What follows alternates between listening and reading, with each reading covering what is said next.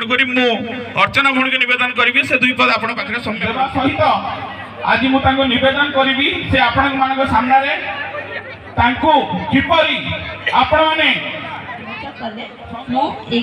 अंचल किसी उन्नति विकास करें मैंने आम समस्ते मिसिकी करवा ये कमटा को आती कहीकि आपण मान पाखर विदाय नौचे आपण मैंने दुई जोड़ी संख्यार भोट देवे भोट देकी नवीन बाबूर हाथ को मुठा को टाण करेंगे द्वारा ही नवीन सरकार आउ थे आसीगले ही आम ये कम गुड़ आगे कर मैंने भौणी आपन को जो जन समर्थन एते मिलुची आपन किमि देखुंती जन समर्थन से आम बहुत उत्साहित होचु आम बहुत खुशी होचु आमको एटा आगु को प्रोत्साहित करछु कि आम आगु को जितबार आशा रखुछु 100% जितु बोली भाबुछु। अच्छा भौणी जेमिति कि कंस्ट्रक्शन कॉलोनी आसिंदी आपन किछि तांकर मौलिक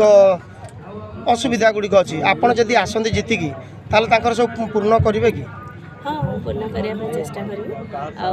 निश्चित भाव में आम सब दिगरे ही कार्य करूँ महिला सशक्तिकरण हो एसएचजी ग्रुप हो रोड हो जलपाई हो शिक्षा हो आम सब दिगरे कार्य करूँ जेहेतु मुख्यमंत्री सब दिगरे ही कार्य हुए आम भी से सब दिगरे नहीं ही कार्य करूँ जेहेतु कि आपन जने महिला प्रार्थी जेहेतु कि आपन जने महिला प्रार्थी महिला मान पई कोन आपन स्पेशल माने कोन करिवे पदक्षेप नेबे मुख्यमंत्री श्रीजुक्त नवीन पट्टनायक मत महिला हो 33% विधानसभा से टिकेट देते मत भी से सुजोग देते ये अंचलवासी किसी करने भी नारी मानक नारी सशक्तिकरण हो एसएचजी ग्रुप हो आजेकोसी नारी मानक कार्यक्रम हो पाखे पहुँचब केमती से दिगरे पहुँचुची कि नहीं से देखी आ पहुँचले से केते उपकृत होती दिगरे से उपकृत केमती हेबे से विषय में आम पुंखानुपुंख विस्तार भाव में बुझेबू आ से दिगरे नबू आ सब शिक्षा सब क्षेत्र में केमती उन्नति से सब दृष्टि देवे। धन्यवाद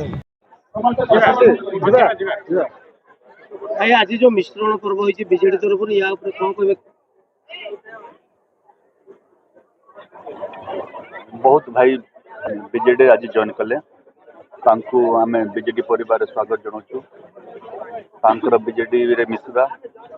बीजेडी मजबूत सुदृढ़ जो हिसाब रे मुख्यमंत्री माननीय मुख्यमंत्री श्रीजुक्त नवीन पट्टनायक साहब चिंताधारा को अनुसरण करके सुंदरगढ़वासी बीजेडी जॉइन कर माननीय मुख्यमंत्री षष्ठ पे मुख्यमंत्री होगा जाती आ 5 वर्ष आम सुंदरगढ़वासी आहरी भल योजना माध्यम काम करेंगे। सुंदरगढ़ जिला भितर आपको जो समर्थन मिलूँ जन समर्थन आप मो धन्यवाद जनइबी सुंदरगढ़वासी को समर्थन आमको मजबूत करुच्ची आमको कॉन्फिडेंस दौर आमको साहस दौर और जो हिसाब रे सुंदरगढ़ रे रेस्पॉन्स मिलूँ माननीय मुख्यमंत्री सर को जो रेस्पॉन्स सम्मान दि जाऊँ मैं सुंदरगढ़वासी को बहुत बहुत मो धन्यवाद जनाऊँ जो भाव में डेवलपमेंट काम सुंदरगढ़ रे